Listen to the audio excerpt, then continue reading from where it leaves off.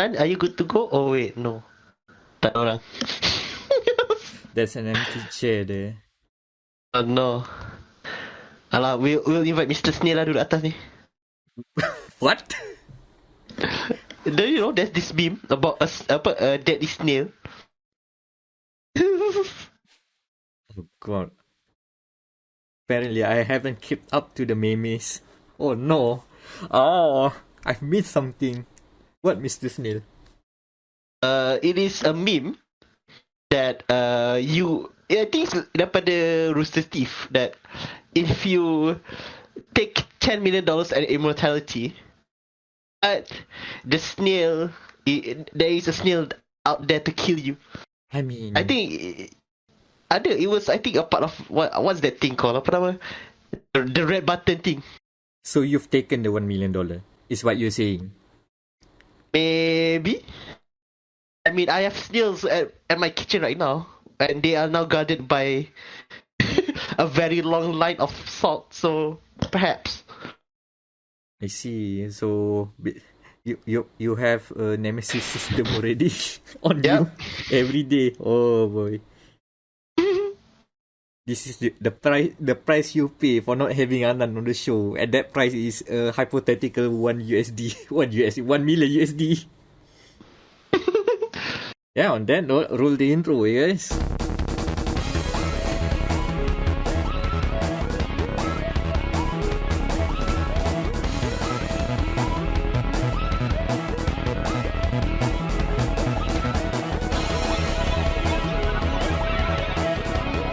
Welcome to dia.log, the Game Matters podcast. Hello. Episode 96. Ooh. About to be probably the shortest episode that we have recorded. Depends. We'll see. And we see if our guest, Mr. Snail datang lah, tapi no, I would doubt he will come back to the chair there. Introducing the panel, we have Danial over there. Yeah, as I said, hello. And over there, the other there, should have been Anan. But unfortunately, he isn't coming in. He's been relegated to the Shadow Realm for a while. No worry, we'll hope we'll see him again soon. And everybody, tak, like I said, I would say, everybody needs a time at the Shadow Realm once in a while. Oh man, we're gonna talk about that. Oh, that's a good setup. And on the other side of the room is Mr. Snail is say hello, Mr. Snail. Sampai lagi, I'm sorry, he's still at my kitchen, so it might take a while. He can't shout loud enough. And I am Amirul Mekronos Ashraf, and yes, this is a one-on-one intimate dia.log. GG? Tapi belum start lagi. Gee, I wonder why we landed in this situation. Never mind. We'll roll with the punches. It's fine. It's totally fine. That's the problem, because it's just the two of us here, and I was effectively the last 2 weeks. No, it does feel like the last 2 years for me. The last 2 weeks, I kind of checked into the Shadow Realm for it. I need to find a safe spot for myself. So now we need to have a conversation. Ooh. And I don't know how we're gonna do this, but yeah, sure. It will be much better if we're both on the same level, but yeah, I'm a bit on the left foot here. Peter, like, if we had someone with working experience, like, Anan, but he's not here, he's taking the break. I mean, don't worry, it's not like the other situation. No, the last situation. That's the other part of what's that? No, I remember there was this one comic, and it did a Superman comic. They have to go into this like square prison or something like that. That's the Phantom Zone. Yes, different than the Shadow Realm. The Shadow Realm is a safe space. The Phantom Zone is where you never return. Oh, what are you implying with the Phantom Zone here? Oh, Maybe, perhaps. never say never. Let's just say that miracles can happen, but don't hope for a miracle every day. It is, the Phantasm is a square spot, so susah sikit nak keluar. And I just hope there's Wi-Fi there. I mean, how does the Superman villains come back every time? What, with Wi-Fi? Yeah. Wi-Fi, like, they research, oh no, you see there's a loophole here, I can go out. Yeah, there's always a loophole. You can always try to break the loop, as one might say. So is there enough faffing around? I don't know. Yeah. I don't know where to go. Like, we might delve into the minds of the supervillain, tapi isn't that your bit? We're jumping into amazing. Speaking of jumping into the minds of, well, not technically villains, but yeah, jumping into minds. Let's talk about the mental state of, well, my mental state. The last 2 weeks, I don't know, it's normal for people to feel like they've kind of either burnt out or just not not in the right place of mind, I guess. That's the way to put it. So that happened to me. I think I've doom scrolled Twitter one too many times. I've seen so many things that made me either angry or frustrated or feeling helpless, and not knowing what to do. And also when I boot up all the emails, trying to like get away from the doom scrolling and try to do like work on gamermatters.com. All I see is just struggling. I just couldn't get into the mojo, so to speak. So yeah, I've mentally checked out the past 2 weeks. I only open Twitter once in a bit, only to see the algorithm recommending me other things because I open Twitter, so I close it again most of the time.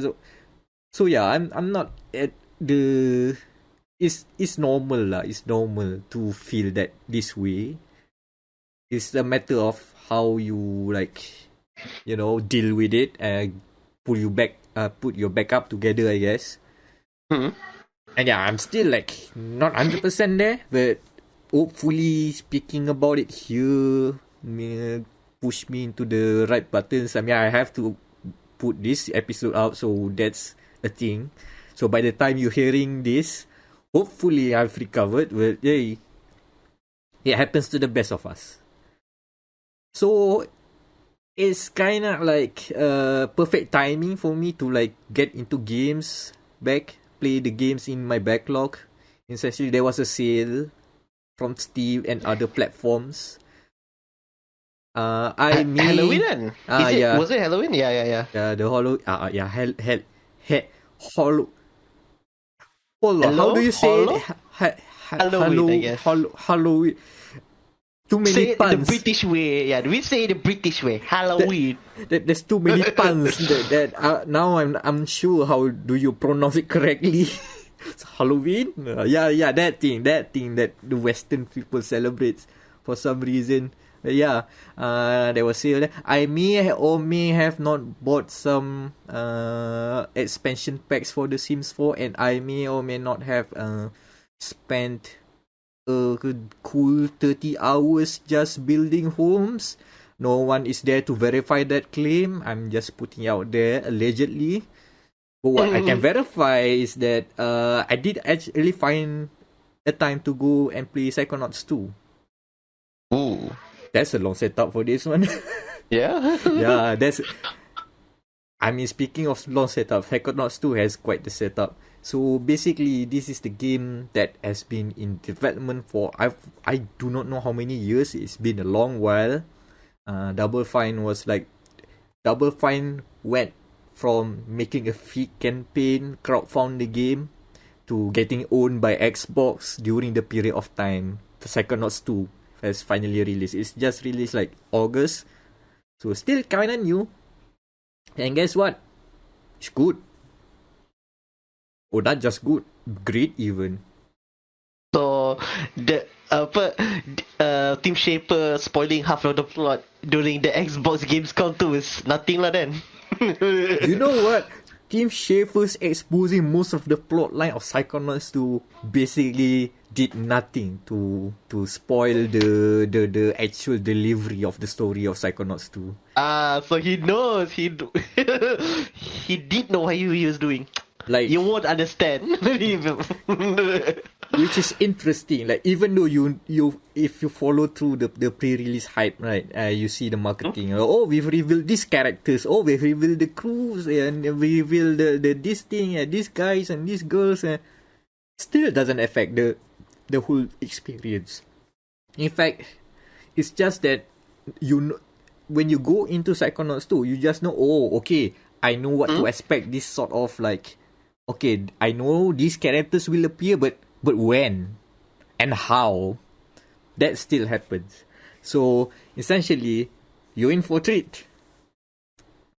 For those who don't know, the first Psychonauts games is, I believe, the first Double Fine game as Double Fine Productions. Yes, betul.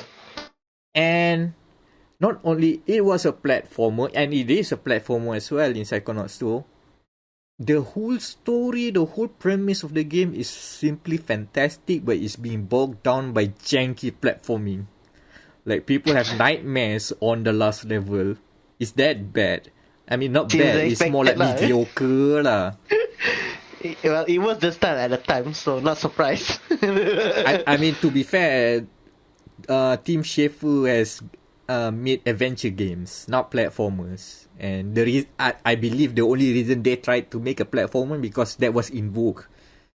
I mean, this is the early 2000s. Mascot platformers are still a thing. We haven't gone to the realistic stuff. Bandicoots and the Hedgehogs punya pasal lah.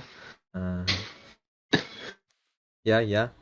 So, this, at least because of the long time, there's a long time span between Psychonauts 1 and Psychonauts 2, and also the Kingdom Hearts Chains of Memories of the Psychonauts universe, which is the VR game, Rhombus of Ruin. So basically, when you boot up the game, you start a proper full new game, and I think you spend like 5 to 10 minutes just listen to your main character Res like rambling about, oh, this is what happened in Psychonauts 1 and this is what happened to Psychonauts Rhombus of Ruin, and finally catch up to, oh, now we are here at Psychonauts 2. No Utada Hikaru singing, unfortunately, and nothing ambiguous happening, so everything is just like very much being narrated as it is. And with the spunk of a 10-year-old psychic wannabe who's actually managed to get himself recruited to be the Psychonauts.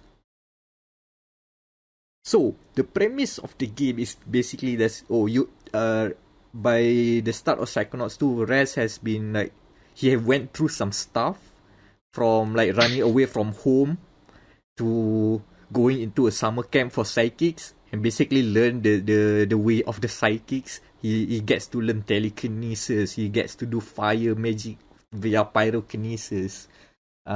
See through the second vision via clairvoyance. And also do I forgot. Oh, he can also levitate by way of he is projecting an astral ball that he rides on, because he comes from a circus family and he is very acrobatic because of that. So by the time of Psychonauts 2, the story starts where, Raz has now gotten the chance to be recruited into the main Psychonauts team. So basically, the summer camp is just like basically a recruitment or basically a training to see, are the kids good? The kids have potential to be the Psychonauts, basically, which is basically like a CIA agent lah in this world. CIA agent. Basically, the whole premise is like a spy thriller. I'll get to that later.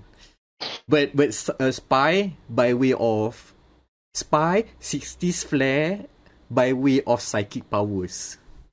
Oh, okay. So the first thing you see when you start the game is like, oh, Rez is now like a full corporate. He has to like punch. He has a cubicle, and he starts to like do work on the keyboard and stuff. Oh god, oh man, he's gone full corpo, isn't it? And then surprise, it was a trick. It was an deception level. You are basically in the mind of something. So basically that's the start of the level. The start of the level is basically like two minds merged together. One is like a corpo setting, and the other is something that they have to put in a content warning at the start of the game. It has to do with dental. There are like there are teeth, like tooth teeth. Yeah, a lot of like teeth things. You get to see all those red and blue veins as grass. Oh. So it kind of get a bit flashy in the office. I see why they've put a warning on this. This can be either cute or grotesque, depending on who you are. Okay. Yes. But the good news is they just play it for laughs. So it's not anything like spooky about it. Oh yeah, but after the setup, the cool spy thriller level, because you have all the agents working together with Raz, and I'm like, Agent 9, are you there? Agent 9, Agent 9's gone, something like that. And you've reached to the actual HQ of the Psychonauts. It's called the Mother Lobe. Get it? There's a lot of puns. Yeah. There's a lot of puns. It's to the point that I just find the puns to just fly by at normal conversation and just don't even register anymore. And the good thing is they don't play into haha, get it, haha. They don't imply it, but if you get it, you get it. But if you don't, you barely notice it, which is I find rather nice. Guys, please, if you want to make a joke that loaded, don't point at the joke. Like, make it clear, haha, this is the joke, please laugh. Just don't do that. And I'm glad that you can see the writing team channels a bit of those old era of the point and click adventure games where the jokes just goes on. But if you don't get it, it doesn't matter. Like, it's just like when you think about it,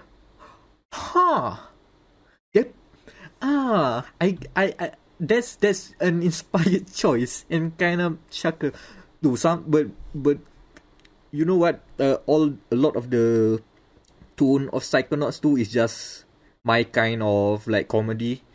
Like, if you want to know what sort of comedy I look for in stuff that I find entertaining, the entirety of Psychonauts 2 is basically a good example, because I think this is one of the games of this year that I literally laugh out loud.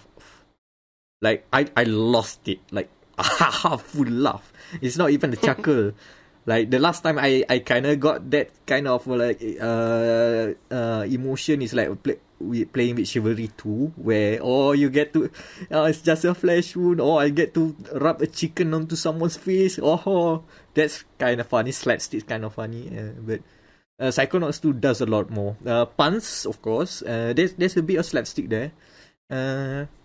And a lot of like good symbolism and metaphor. Oh yeah, back to the main story. Yeah. You reach HQ, and basically the thing is, you need to remember that Rez is basically a 10-year-old kid. And how do you put this kid into a corporate organization? Oh, you make them an intern. Okay, cool. Just an intern, huh? And then you discover that, you're not that special. There are a group of interns that are basically teens and kids of his age that are also recruited into the Psychonauts, and it's Summer Camp 2.0 again. There's even there's even hazing, you know. The everybody all the new kids are like, oh yeah, I don't like this guy. Oh, let's prank him. And to the point that even when the senior agents found out, like, oh, Rez has been pranked, and they just nonchalantly, don't worry, this is normal process of integrating the basically just saying hazy is normal. Don't worry about it. They're just you'll get by. Don't worry.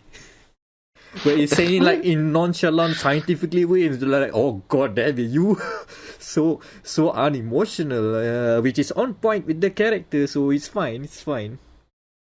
So essentially, the whole premise is back like you back in you have like an overworld, and the overworld in this game is like the whole of the Motherlobe HQ plus the area outside them.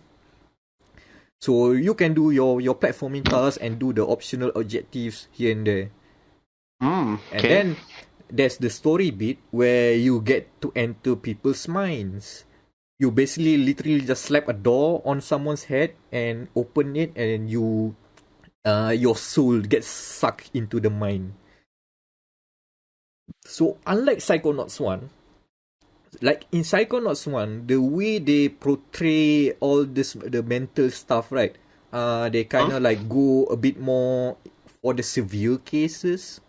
Like, you literally go into an asylum and meet people who are mentally unwell, and you enter those people's head as well. So you get like people having a Napoleon complex, which turns into like, I think, a war chess game, something like that. So it goes a bit weird there, but also very, like, if you think about it, those are like much more like severe cases of mental stuff. But for Psychonauts 2, it's like, it has a gentle touch, I would say. It's like those people are not like mentally unstable, but rather like they have like some insecurities within themselves that they just need a little push.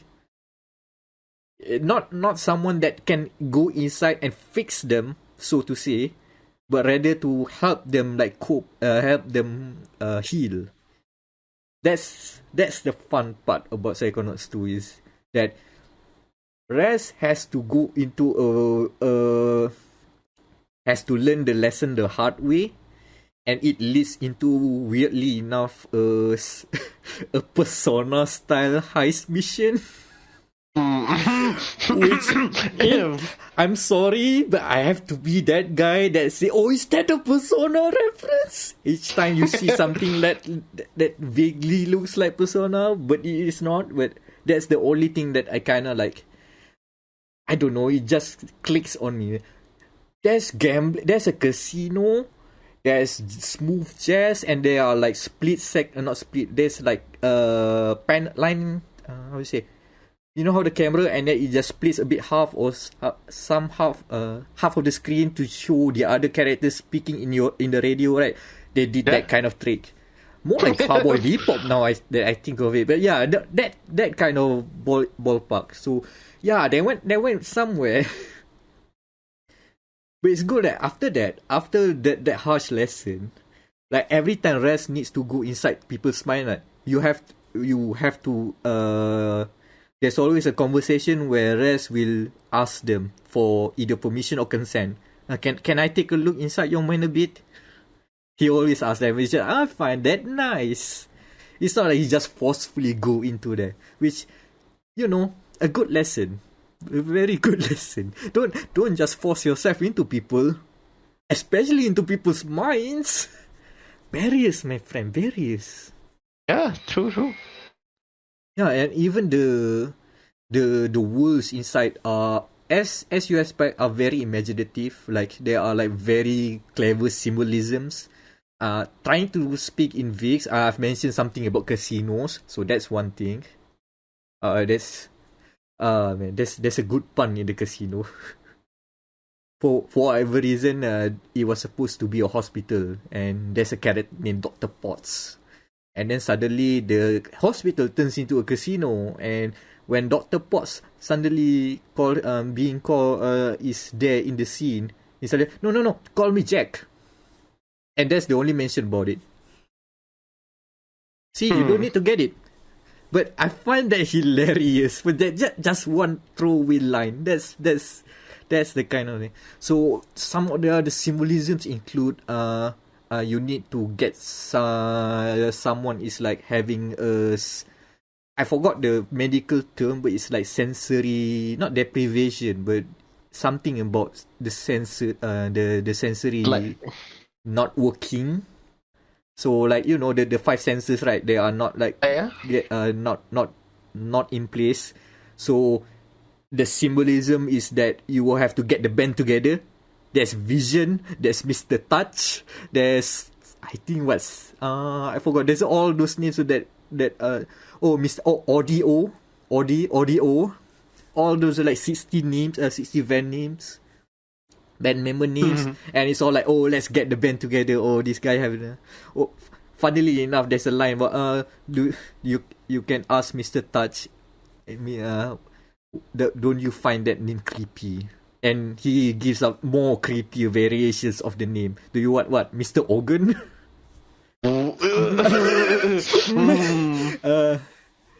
So yeah, they know. Every time that you think that that might be implied to be creepy or might be kind of wrong in this day of age, they addressed it in humorous ways. But they know. Another is like a character that is very self-judgy to the point that in their mind it is a cooking show, like a game show, a cook-off, to the point that they have like you have the three judges and the one of the last judges who say, oh, this is very terrible, oh no, and the host say, oh, and he's supposed to be the nice one. Everybody laughs. It's basically the same bit that you expect. When the food is being judged, so Rez and his partner has to like explain why. Oh, we infused the flavor to feel. That kind of humor, and they did it correctly, and that's one of the best levels just for the pun games. It's like back to back. I mean everything, because all the audiences of food and the places that you need to prepare the ingredients are also kind of like food puns here and there. And my favorite thing is about they even nailed the game show music. I'm gonna put it in our chat, Discord chat. The music is basically halfway Family Feud and halfway The Price is Right. And it works brilliantly. It sounds so good. It is kind of stuck in my head. Yeah, that's... Oh my god. But yeah, I just like a snippet of it. Oh my goodness, it is. It's part way Price is Right, part way Family Feud, and they got it right. Oh. And the fun bit is that the last there's, I mean, all of the levels I believe have a boss fight, and the boss fight suddenly happens to be, why does heavy metal suddenly appears? And you know what? Since all the characters, the main baddie are basically goats and rams, you know what? That makes sense. The most metal of animals. But yeah, I highly suggest folks who try and play Psychonauts 2, not only just for the silly laughs, but also like the exploration of the mental of the human mind is kind of interesting. Like you get to like know the characters in a very interesting way. Like everything that is projected inside the world is not just happenstance. All of them has to do something with the person's insecurities or the problems they are facing. Everything has a meaning. There's symbolism everywhere. Yet all of them are done with a gentle touch and also very witty writing. It's just a good time. And if you feel like there's only one complaint, is that the platforming still is a bit sucky, but not not Psychonauts 1 level of sucky. It's good. There are parts of the levels I've encountered where they don't signal the way you need to solve the jumping, where to jump and stuff like that. And they don't do that clear enough. But for the most part, it is very serviceable. Like, I don't hate it, but it's not what you want. It's not the best part of the game. Interestingly, combat is actually good. Combat of all things. Was it bad in the original game? Oh, that's the worst thing about Psychonauts 1. Is the game is a platformer, but the platforming sucks bad. Like the way you jump, I think it's mostly the point of like you don't have enough control of the jump, and it's easy to like fall over platforms. So to the point that one of the last level is mostly purely platforming, and it breaks people's minds. It drives people crazy about it because how frustrating some of the platforming parts are. But other than that, the game's good. That's the only reason. That's the only part where Psychonauts 1 does not age well. Like if you play it today, don't expect good controls. The story should still be good, and if you want to play through the from Psychonauts 1 to Rhombus of Ruin, if you have a VR headset to Psychonauts 2, sure, I think that's still a good time, but expect the platforming bits to be a bit rough. That's the only.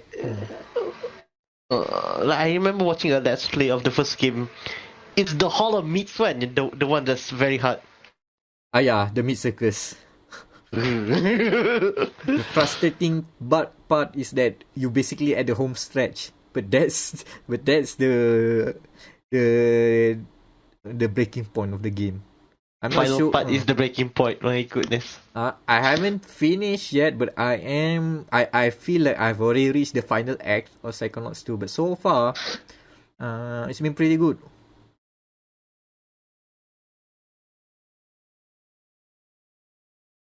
Is it on sale?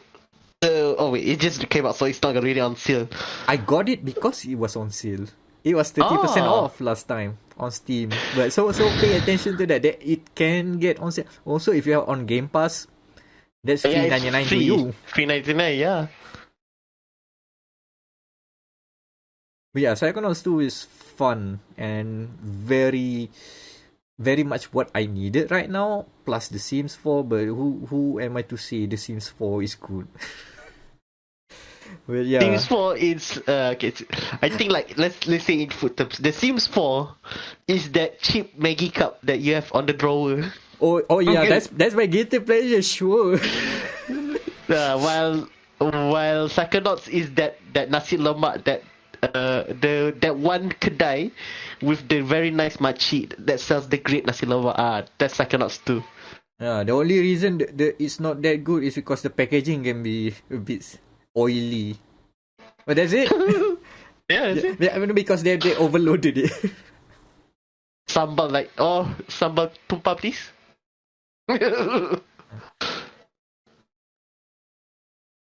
I mean, at least it's not swimming in oil like last time. But yeah, Psychonauts 2 is a good time. If you have the time, go check it out. Or the money, but it should be cheap, especially on Steam. Steam is like, I think it's retail. Normal price is $95. Like sale probably like 70. I think I got it around 60-ish. 60. Around that ballpark. Oh, Shall we drive into our next topic then? Oh yeah, but before that, I just want to mention. I just remembered my favorite bit is the if you encounter the pancake scene in the diner. Yeah, that whole conversation bit made me lose my mind. And it's not just because of the pancake puns. Yeah, let's drive through the next topic. Oh, drive through.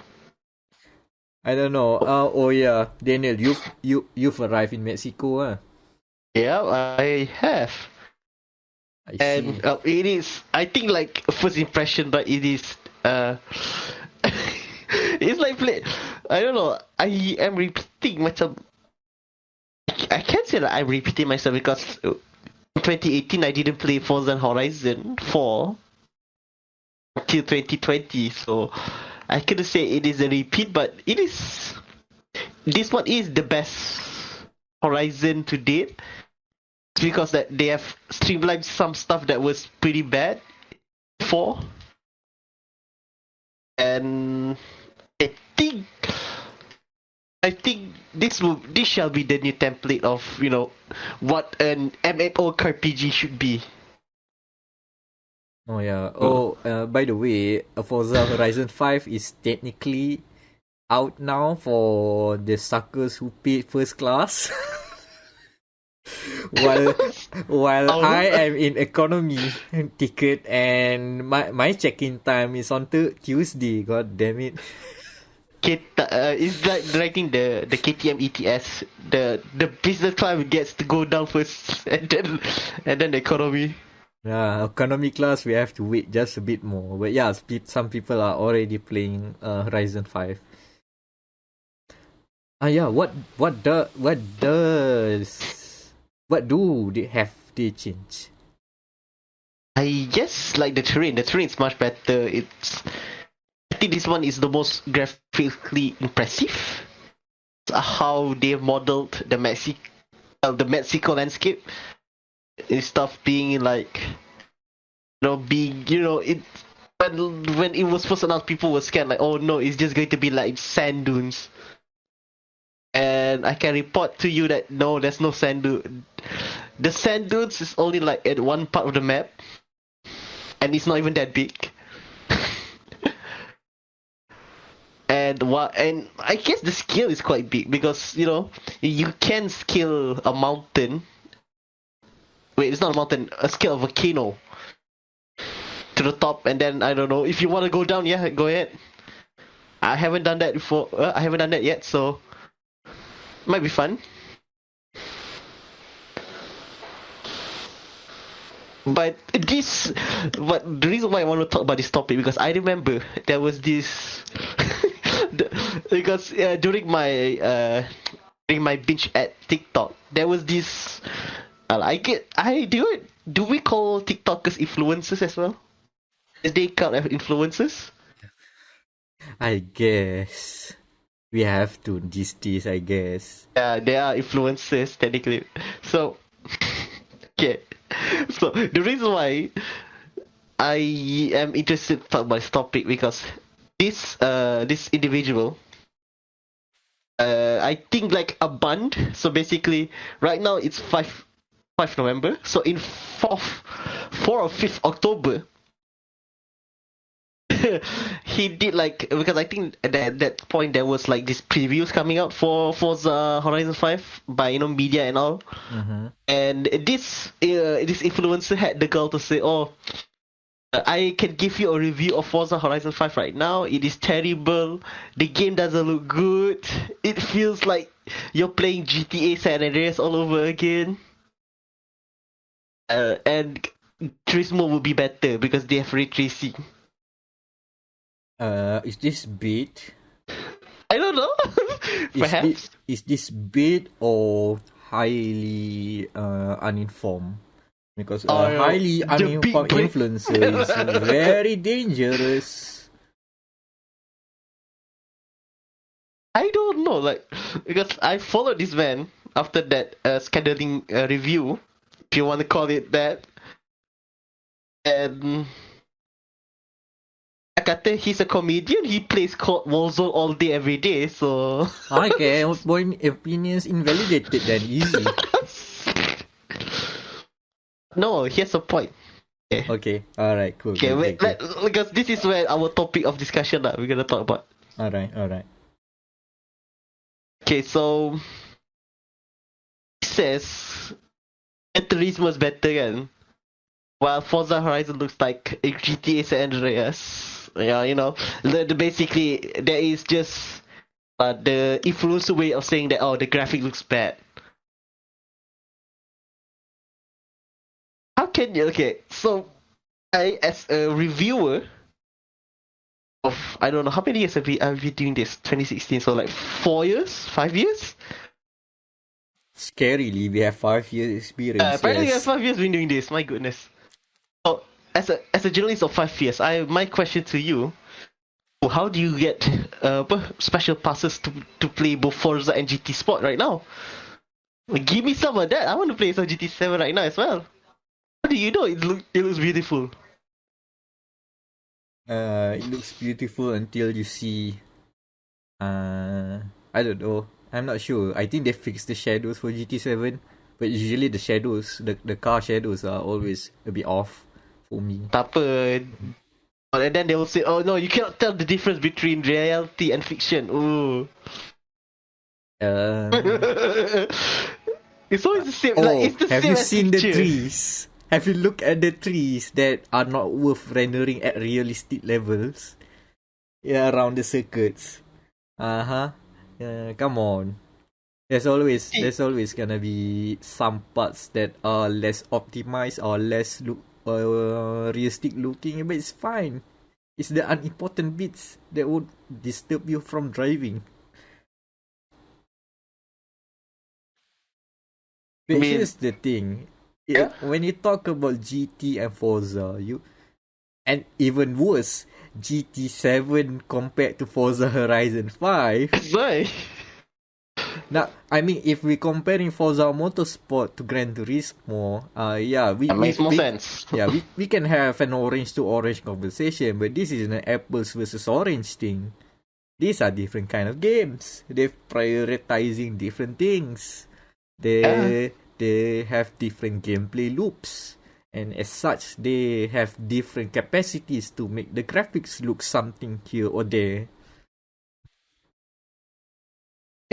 They have to understand, like, so let's say Playground Games, the creators of Forza Horizon, have to do, maps that one drives fun wide enough for like doing races with different other cars, and and I guess like terrain that doesn't feel boring, even though you're playing this for like. How many hours had I spent in Forza Horizon? I think like 100 hours? Yeah, you have to make sure 100 hours doesn't spend boring. Let's say GT Sport? Because GT7 is out yet. It's about, perfecting that line. You have to be accurate, pinpoint accurate, so that you don't have to lose time in this corner, etc., etc. Yeah, and it fulfills different fantasy even. Like Forza Horizon 5 is like the joy of driving on the open road with cars you cannot afford, while Gran Turismo is about collecting and adoring the cars of past and present, cars that you cannot afford. I mean, yeah, there is a Venn diagram there. There is cars that you cannot afford, but still. You cannot afford. It's like the circle diagram. Cars you cannot afford. Both GT and Forza are there. But still, there is like vastly different fantasies they are catering to. So it's hard to say this game is better than the other when you are looking for where there are different parameters to be judging. I mean, I say this as a GT fanboy, I like Gran Turismo more than the Forza series. I think Gran Turismo knocks it better than the mess that is Forza Motorsport. Why you don't like what's it called? You don't like every car getting BOP'd for no reason? And get sent into the Shadow Realm without penalties. Until more recently. Who could have thought maybe we should put in more systems to penalize people from corner cutting and just ramming each other off the track? But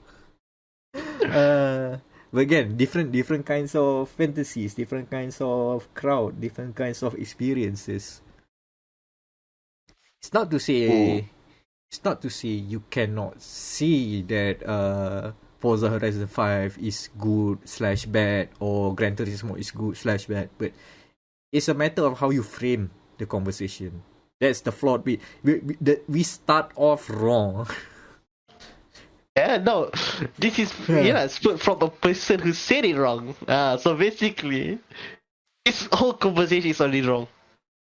I mean, we all do respect. You can have that opinion, and I'm joking about having your opinions invalidated because you play Call of Duty. But maybe half joking. I'm not sure, but yeah, if you are still like insist on having this sort of conversations, I would rather not waste my time because it leads to nowhere and it just go down and down to name calling and making exaggerated comparisons, which leads to like the whole toxic fanboy us versus them kind of route, which I'm not a fan of, and I just want to recover from this hellhole, so I will not go into there.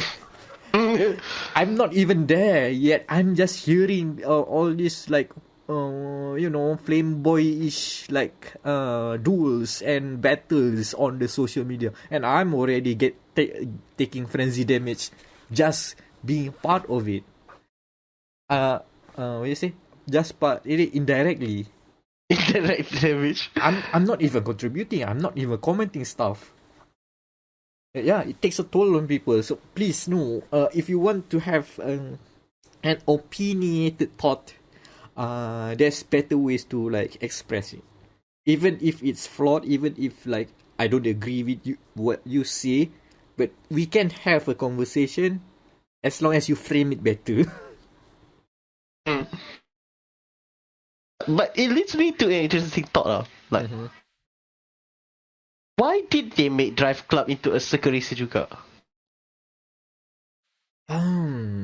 Because okay, if they say we don't have any reference point, then Evolution Studios made an open world racer. Motorsport is open world. Motorstorm, I think the last one is open world game. Oh, is it? No, I'm too sure. Because I from what I remember, Motorstorm 3 is the one with the evolution of the tracks where storms coming, something crumbled, or basically split second lah. Oh yeah, you see that? Like, I'm confusing with Fuel lah. Oh yeah, Fuel is different. I used to make that same mistake. Fuel is different. Fuel is the guys that. Hold on. What did the guys that made Fuel made other games? I swear they made other games, but not too sure. They are, yeah. The Fuel guys are this small company. I think baru just bought out by other small. I think it's called Asobo. Oh yeah, from the makers of a Plague Tale Innocence and Microsoft Flight Simulator. Because the engine that they use for the new fight sim is part of the engine of the Fuel. Yeah, the Fuel engine. They just repurposed with Ethernet capabilities. Yeah, I forgot. No, yeah, that I always thought about Fuel as being the weird game with a weird developer. I mean, weird as in they cover very different niches, which is good, man. It means they are versatile. Itulah, like I still believe Drive Club is a missed opportunity. Kan? Because if let's say like they just make like a small hub world, like people can just drive around pun dah cukup lah. Nah, mate, another circuit racer, to cater to the Gran Turismo fans. And allegedly, Papa Cars was not a fan of. I'm not sure if the rumors are true that the folks that are making Gran Turismo were like, hey, you're stepping on our toes. No wonder GT7 was delayed. Drive Club still looks good. It's just that it's locked to 30 FPS. Forever.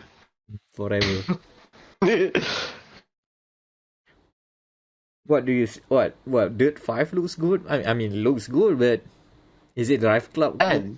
Maybe if you look at it in some angles, you might remember the 5 as a motorstorm, the semblance of a motorstorm of a drive club, but it's a different beast. They are a different company now. Codemaster sekarang. He's now under EA. Way more layers of corpo. Oh, okay. Speaking of EA, I know we're gonna talk about the metaverse, and what do you think? Which IP do you think would go full NFT? The F1 punya brand ke atau the EA Sports Soccer punya brand? And FUT.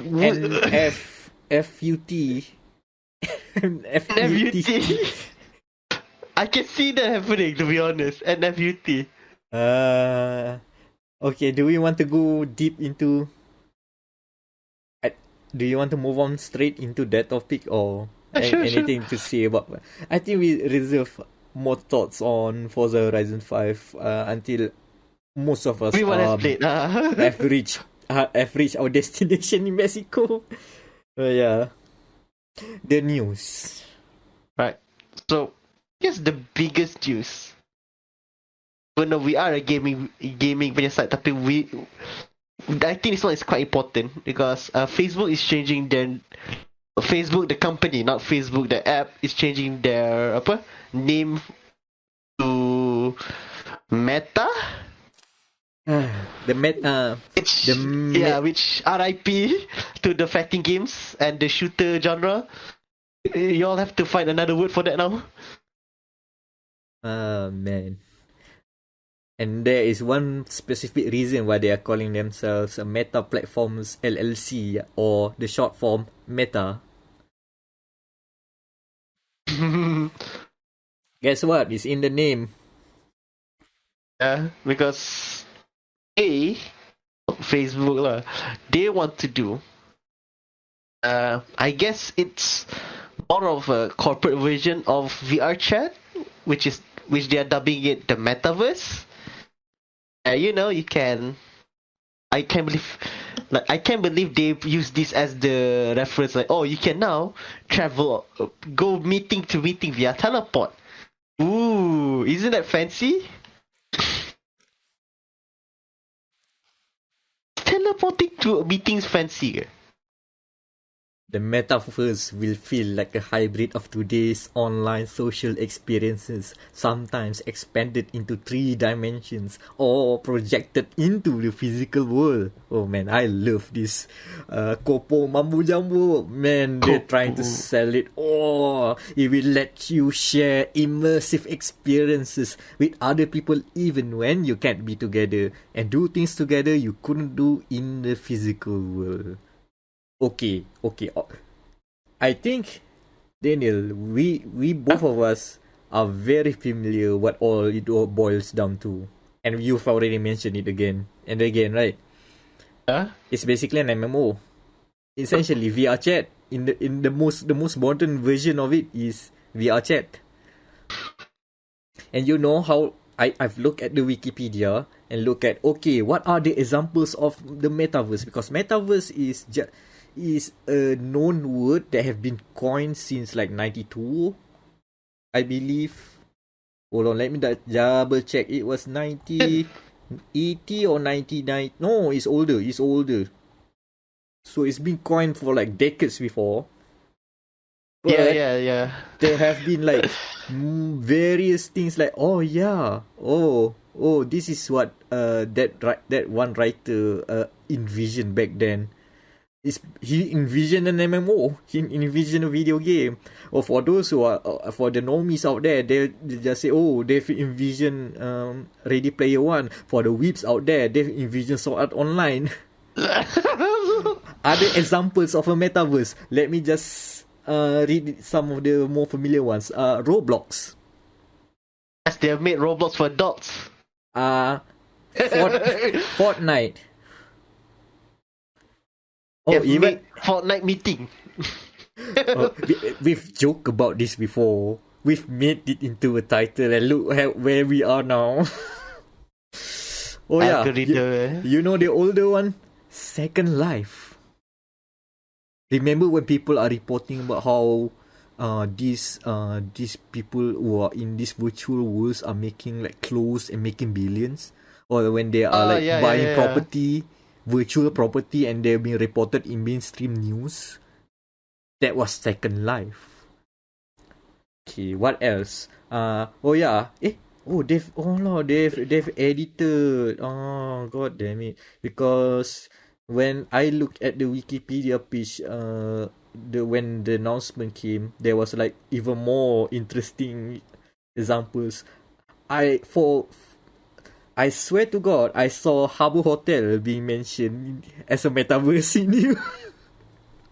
Technically, Habbo Hotel. true. Remember Habbo Hotel? I've recently checked about Habbo Hotel. You know what was in Habbo Hotel? Scammers. Like legit con men. Making children being scammed. Or maybe children that are scamming people. I don't know. But that's a very well developed metaverse if you ask me. And you know there are also many defunct metaverses. Think about what's that thing about the penguin? Oh god damn it, the Disney one. The Disney one. Club Penguin, yeah. That's a metaverse. The only reason it's not really a metaverse is like it's very limited. As in, no, we don't do like cross pollination or different IPs, crossovers, stuff like that. Oh, now that I think of it, remember PlayStation Home? PlayStation Home. Sony created a metaverse and Sony destroyed a metaverse. Behold the power. I can take it, I can bring it. I can bring it, I can take it back. Remember the old marketing tagline, live in your world, play in ours. Oh man. If only they know you can live in their world too. What I'm trying to say, what we are trying to say is that the metaverse is a known quantity. This is nothing new. What is new is that there is a giant corporation that is one of the biggest in the world wants to actively make this something more than a video game. Though video game will still be part of it because Facebook, the company formerly known as Facebook also owns Oculus, which is also gonna be the company formerly known as Oculus because they're gonna retiring that name. Oh really? Yeah. I think they're just gonna call it Meta. Everything's just Meta. The Meta Quest. That sounds weird. The Meta I think Quest. they will be calling it the Meta Quest or something, which is weird. Meta Reef. But hey, the good news is VR gaming will not be a gimmick. Someone with a plentiful amount of money is making sure that at least if the games are not there, the experiences in VR will always be something that is being worked on. Because they want the metaverse to be not just you play a video game. Want you to spend money. But that's the other problem. You know why people are talking about the big corpos are talking about metaverse and not just people who make video games? There's money. Not just any normal money. Money, the new fake money. the new money created by the power of GPUs that could have been used to play video games, but no, they created their own currencies through cryptology, cryptography, crypto money, whatever they call it. I've stopped following those stuff. Cryptocurrency, that's the word. Oh god damn it. Yeah, the only thing that people are latching on for the metaverse. I mean Facebook. Meta has not mentioned any plans to like monetize it yet because of course they won't say it now. That's stupid. Because they have like the fact that they can get all the data is already bigger than all the cryptocurrencies things. But the the many cottage shop owners or the booming business of the new NFT collections and stuff like that, all of them are playing into the buzzword that is the metaverse. Because why? Because hey, look, you can have that IP be in our thing. Do you want our IP or something like that? And that's gonna be messy. Imagine, instead of like, you know how we go into Fortnite is kind of like that already. I just want to mention Fortnite. Fortnite, you can buy skins, right? Yeah. You can buy the new League of Legends skin. You can play as Kratos from God of War and play with Master Chief from Halo and Ryu from Streets. It's well, the fighter is the word fighter banned? I think boleh lah dia bagi Street Fighter. Oh yeah, they call it Street Fighter. No, that's another reference. Google Ryu from Streets. That's a stupid joke. Now imagine that instead of anyone with enough money can buy those things, it is become a limited amount. And it becomes a non-fungible item where there is only a limited amount in circulation. And you know how you know that is a legit one, that is like limited amount?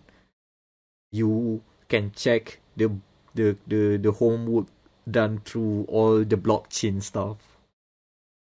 Which is, I don't know, is that a good use of power?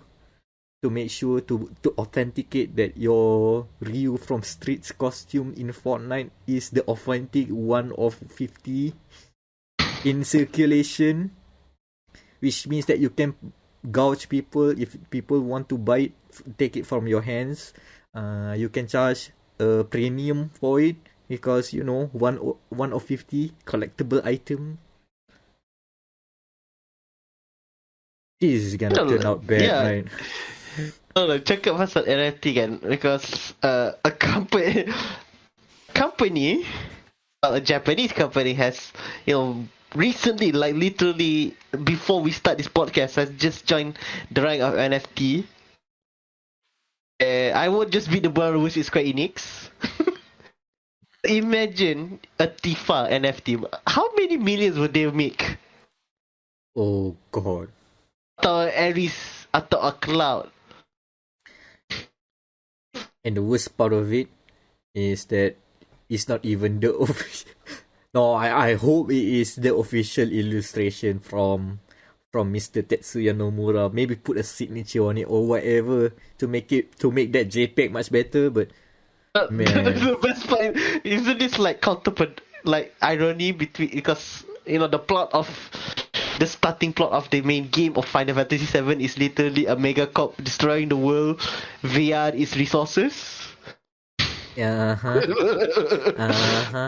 now the company that made that said game, with the part 2 coming out in 2 or 3 years time, about to, I don't know, release funny picture for idea of their 4 characters, I'm pretty sure. And it's not just that certain Japanese company that's joining the NFT trend. I think there's a certain French company saying hello. Oh yeah. Bonjour. Bonjour, yeah. But I think we've already heard it before. Our friend Burhan kind of hinted that oh yeah, they've investigated but I think they've just mentioned it publicly. Yep. As of recently. All the rippling effect of Mr. Zuckerberg saying, "Hey, we metaverse now," which is weird because metaverse is not about NFTs. They just want to latch on to make this weird thing using blockchain, which is like over-engineered, if you ask me. A system that is over-engineered to just check, oh yeah, this is legit. I think, as mentioned, EE is also jumping the bandwagon. Oh, man. Oh, I just thought of something. Mm-hmm. Now now they can use the word iconic head ironically. One of one, iconic. Now they can use the word ironically. The iconic series, Ubisoft iconic NFT. Oh god, oh it pains me. And just looks at all the prices keeps on rising and rising. Wait. Like, I have a very bad omen because they did say they wanted to make a blockchain punya game. Imagine kan, okay, good news, we are making a new Splinter Cell game. Using blockchain. The monkey, that is quite a monkey paw. But to be fair, it will be even more on the nose if it's a Watch Dogs game. You know, hack the currency, hack the system, gain money, earn to play, hack the game, hack the system, fight the power, while you actually feeding the power because you are supporting a weird economy through playing this game that is promoting itself to be on the contrary. Oh god. So I think there's enough people in the video game sphere that are very, what's the word? Not keen on the rise of NFTs. The metaverse is fine. Like to be honest, the only reason I mentioned the metaverse is like, everyone wants to jump in there, okay, but why now? Oh, that other thing. They know they want to make money out of it. Okay.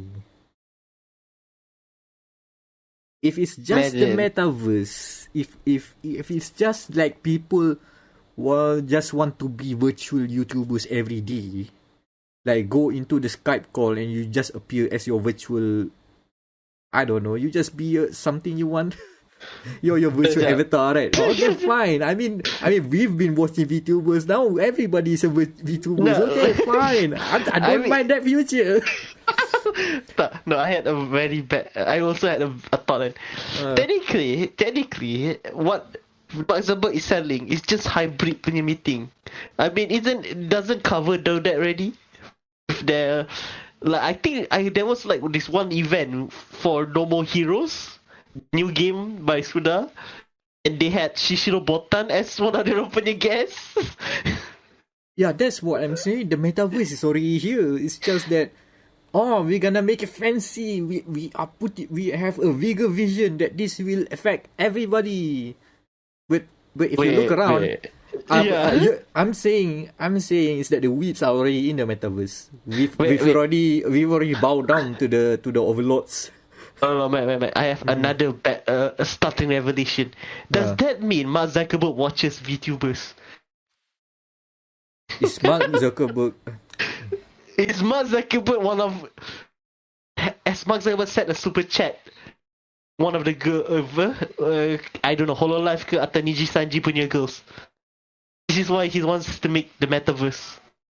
So that he can be a virtual YouTuber. Let's put that canon. Because I want to see a Mark Zuckerberg VTuber rather than see Mark Zuckerberg himself, because I prefer a virtual avatar over that guy because he looks, oh man, what happened to all the money and why do you look like that with all the money you have now? God damn. Man, that literally sounds like the Nintendo Direct translator. Word by word. I'm still thinking like, this is why he wants to do it lah. Because we don't want to go on the web call and all dress up. Just put in an avatar. Like, put in my furry costume in. Let's go. Yeah, I'm here. Shall we talk about our milestones, our KPIs for today? Well, you are a big giant dragon, a purple dragon, looking at all the cameras and everybody, yeah. I mean, the other guy is an emoji. The dude in marketing that's in the meeting is a poop emoji for whatever reason, and we just say, okay, yeah, sure, let's go. I'm thinking, I also have like another thought, like, imagine kan, it's a good thing VR chat is already stigmatized as a weeb in tempat. Like, imagine it. You had to do a meeting inside VR chat one of these days. I won't be surprised if some companies have already made that decision during this No, pandemic. wait. I remember there was just in my what's it called, TikTok rabbit hole. I have this own like VR meeting place. It's like, what's it called? I have to check. Because it looks cringe as well. It's like, you know, this new VR meeting place they've done is like, I want to say like it is based macam what's it called? Meet in VR. It is like a very expensive tool. Like, you know, you have to meet in VR lah. The worst thing, it looks like Roblox.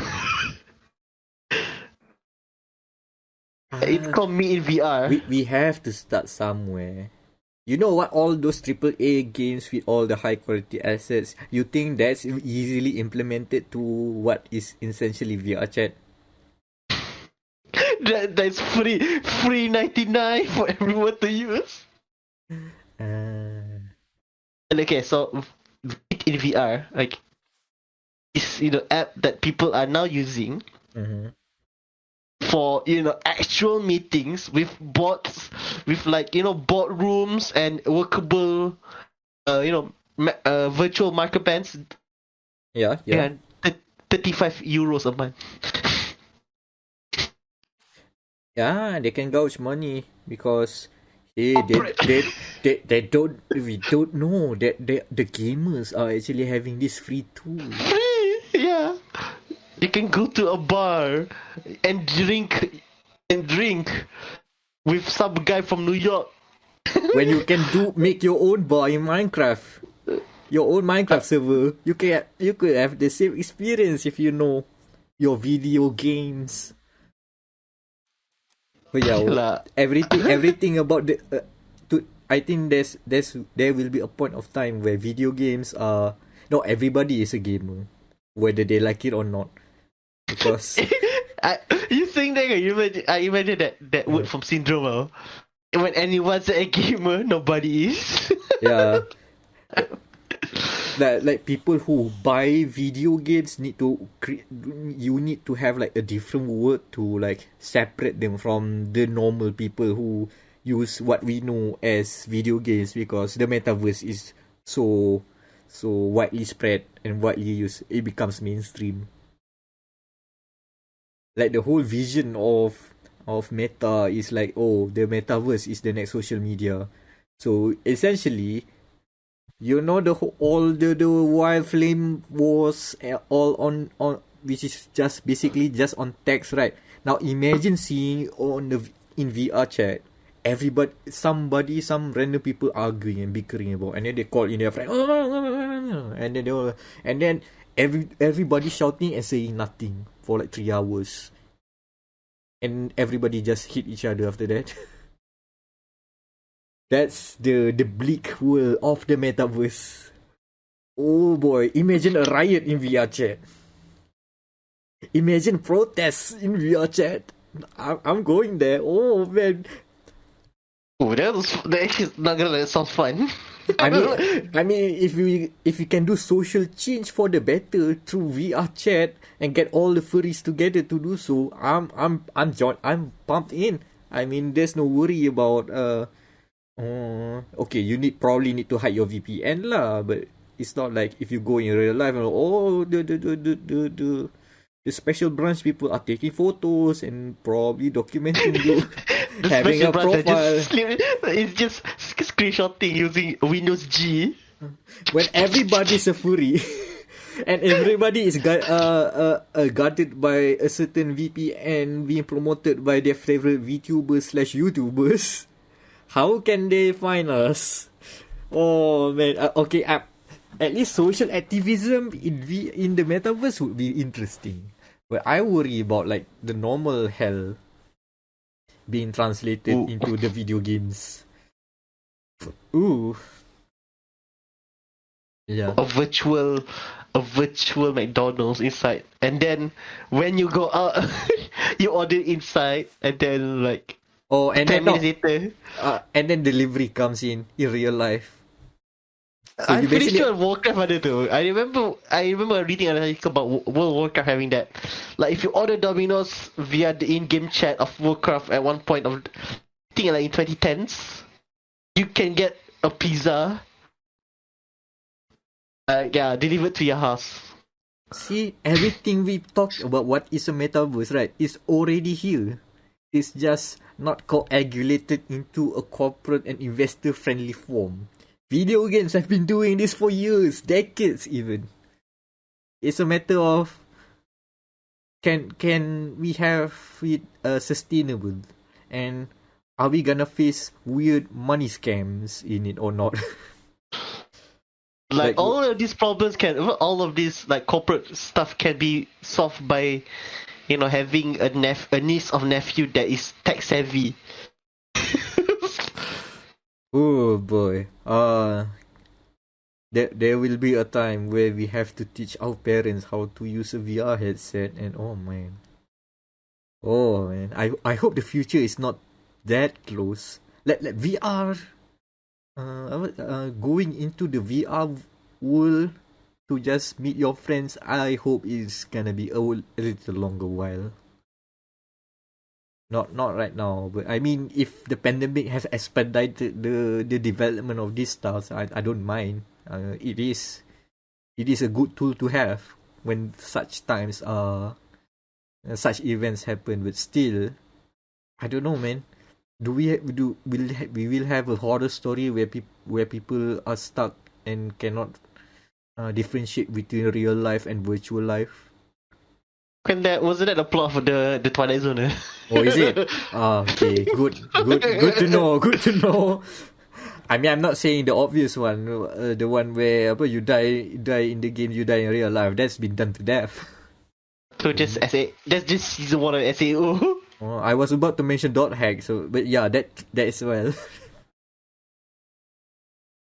Like I can see where they're coming from. Like, let's say you are, let's say you and I are in two different countries kan. Mm-hmm. And one of these days you said, oh jom kita pergi teh tarik, and well you can just pakai the headset and then now you're there. I mean, Discord is halfway there, can think about it. There's a kopitiam in our server, and there's another kopitiam in the servers we've entered together. Then like what? And then if we go to VR chat, we can go to the virtual mama. Yeah, there's that mama store in VR chat that we've been frequent. We frequent too. So yeah, the thing is, it's not too far-fetched. I think whatever Mr. Zuckerberg wants to do, fine. I have a problem with them calling themselves Meta because now, because it's the case of using a normal word to be specified as a company, and the problem is it's not like an Apple situation where you don't call, there's nothing in the technology that is called an apple outside of Apple the company. The apple is also existing as a fruit. But what about Meta? Now we're gonna talk about metaverse. People will be what you call it? Will indirectly think about Meta the company, which is god damn it, I hate that. Well, recently there was an article that saying a PC company called Meta who has a copyright to that name. Said they can sell the name for 20 million. You know what? They should have shorted to Meta. Should have been like Meta thing or something. But whatever lah. That besides the point. The point is, I'm okay with the metaverse. I'm worried about people, the scammers coming in, the crypto bros coming in. Yeah. That just had a very bad thought. That's my big issue. Now I know. Like, imagine they becoming like, oh, see, I'm your granddaughter, and then like they scam you like 20,000 ringgit because I need this money fast. And using NFT scams. That's a thing too. That's what I'm worried about. Or even worse, NFTs become so mainstream that if you don't get that $16,000 Gucci avatar where your avatar wears this very extravagant but also gaudy looking sweatshirt with just the word Gucci on it in a very bad font, you will be looked down because come on, you need to wear the Gucci stuff, man. You're a peasant here. That's what I'm worried about. I'm worried about the capitalistic elements coming seep into our metaverse, because that's the worst thing. Metaverse would be fun if everybody can just right click and become anything they want. Right click, save the model, save the image, be anything you want. Just like our social media stuff, we can put in any kind of picture. Nobody's gonna give a damn. You put in a weird avatar, you put in the text, you put in your old picture that you think that an old picture from 2010 where you think you were good looking back then but not now. Sure. But I worry about the metaverse being monetized. If they promote other services, okay.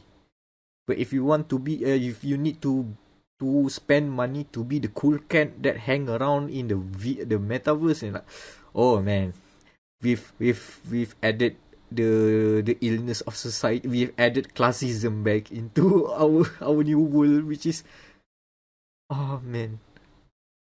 But we'll see where it goes. As long as video games are here, I'm okay.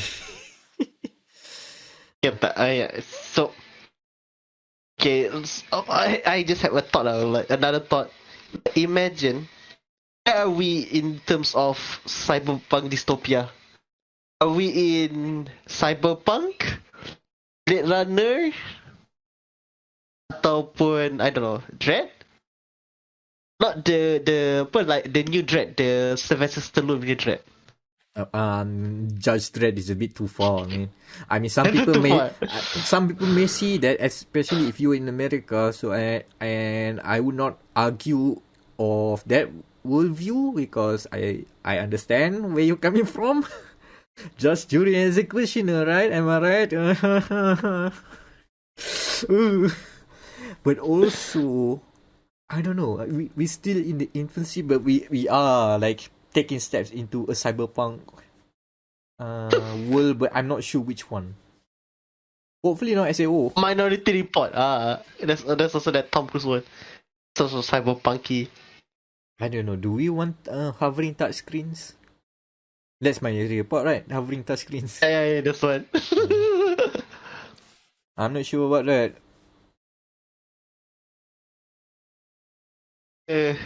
Let's not talk about the future. Kita cakap pasal here and now then. Which is also about the future if you think about it. Also because they're getting delayed. Aduh. This is part 4 of our game release.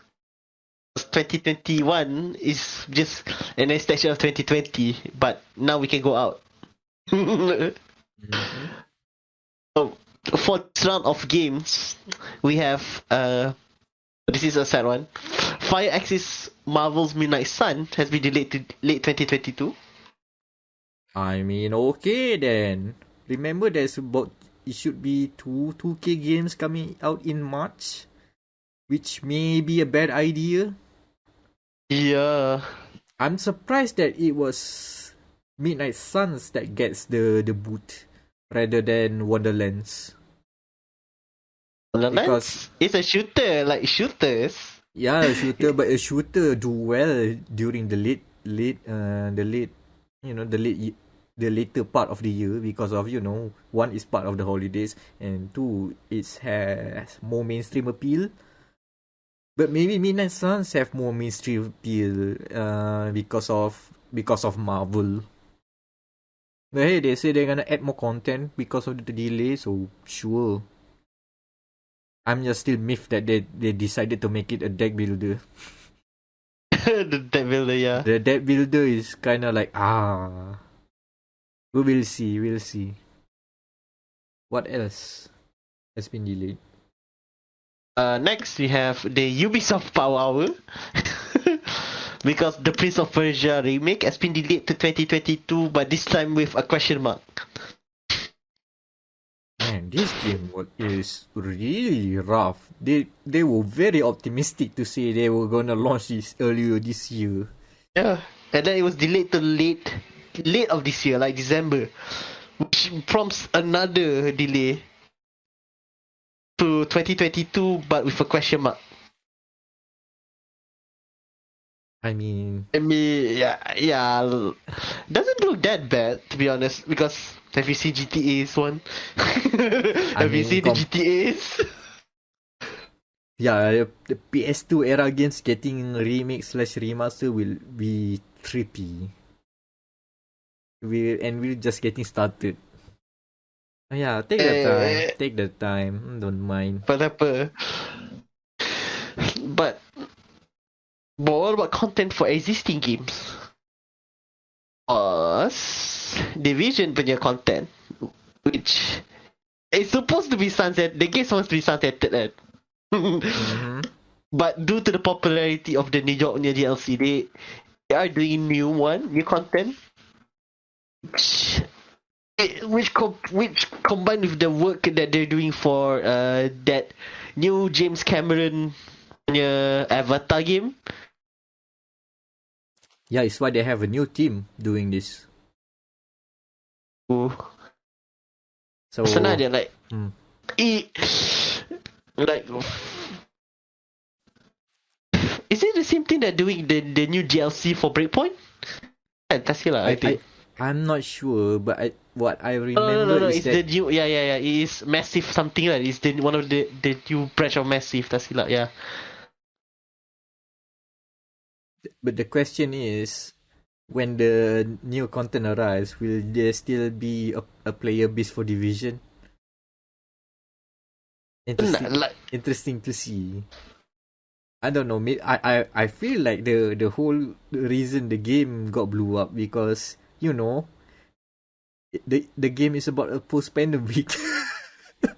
Oh yeah, God. Yeah. I mean, it was trippy to see like, oh, these are quarantine zones in context with what happening outside, and the stuff with there's the not expansion, the kinda I think like the part where you go to the college, right? Yeah. Yeah, that the whole lore, the whole story about it is like you get to hear how day zero happened. Like how an infection spreads, right? Oh, this guy looks okay. Oh no, more people getting sick. Oh no, the ward room is full of people. Oh no, some people are now rushing to go back home. Oh no.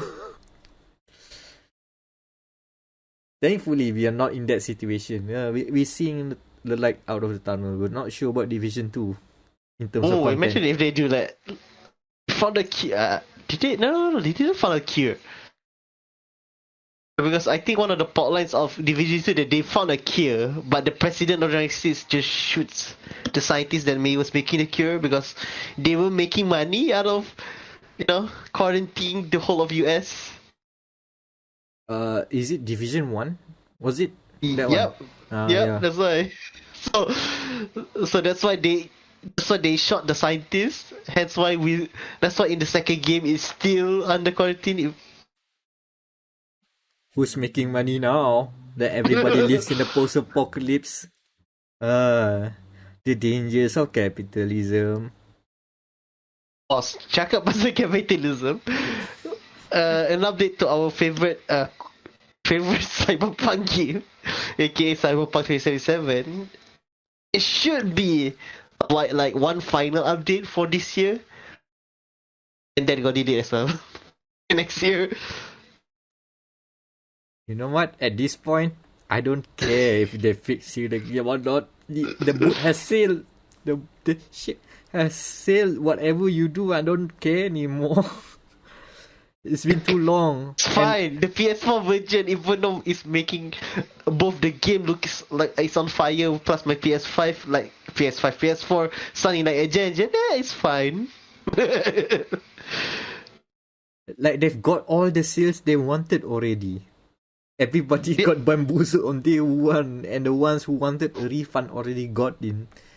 So whatever they do now, as for whatever they do to like keep Cyberpunk, to keep it like, because they've devoted resources to actually run Cyberpunk 2077 alongside the Witcher series.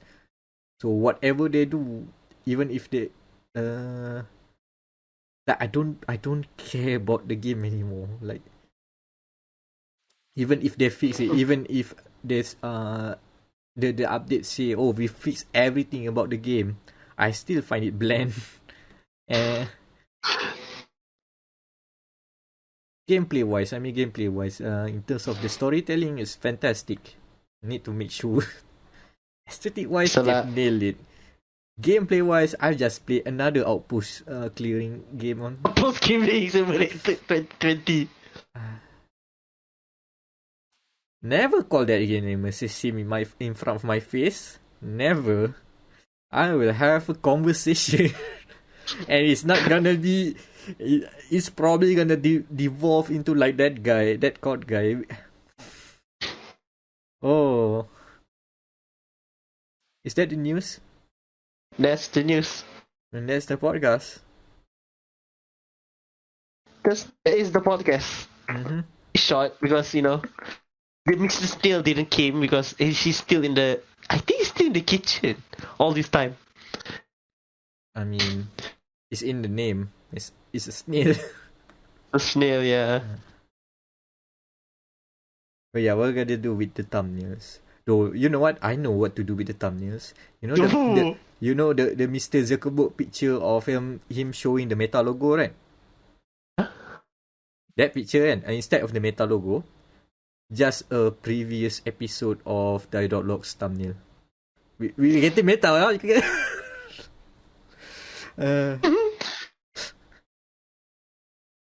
I mean, that's the only thing that I wanted to do. But if you have any more ideas, please shoot. I think that's a good way. That's the whole bit. No other way to adjust. You know what? I retrenched my my previous opinion about the metaverse. It's not a mistake. It's going to be one if you don't tread it right. Tread it right.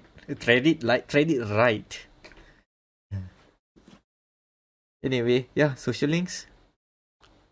Right, so you can follow me on Twitter at twitter.com/flaky, FL4KY.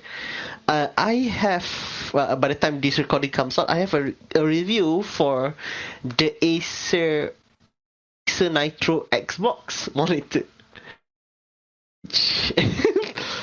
Which still, to me, is still the funniest thing. You know why it's an Xbox?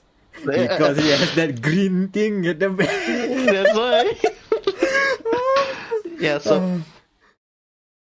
And I guess that's it for now. Because, it is coming up to, Game of the Year season. Anan's Twitter is DRPUNR, I think. Go follow him and ask him how he's doing at the Shadow Realm for me. Thank you. For Meck. And I have been Amirul Mekronos Ashraf, Meckronos.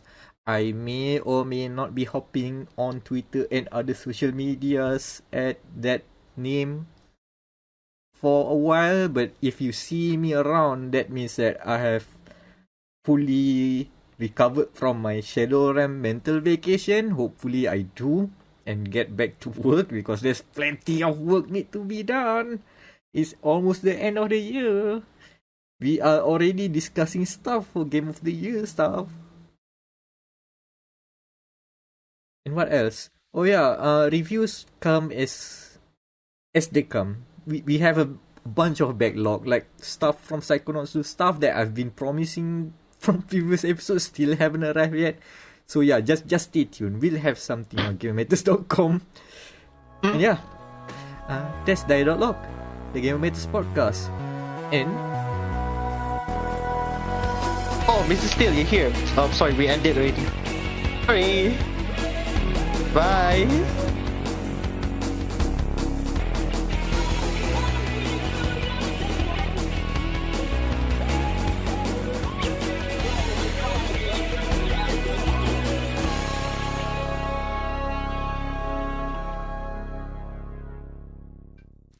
Log off. Change back into a furry avatar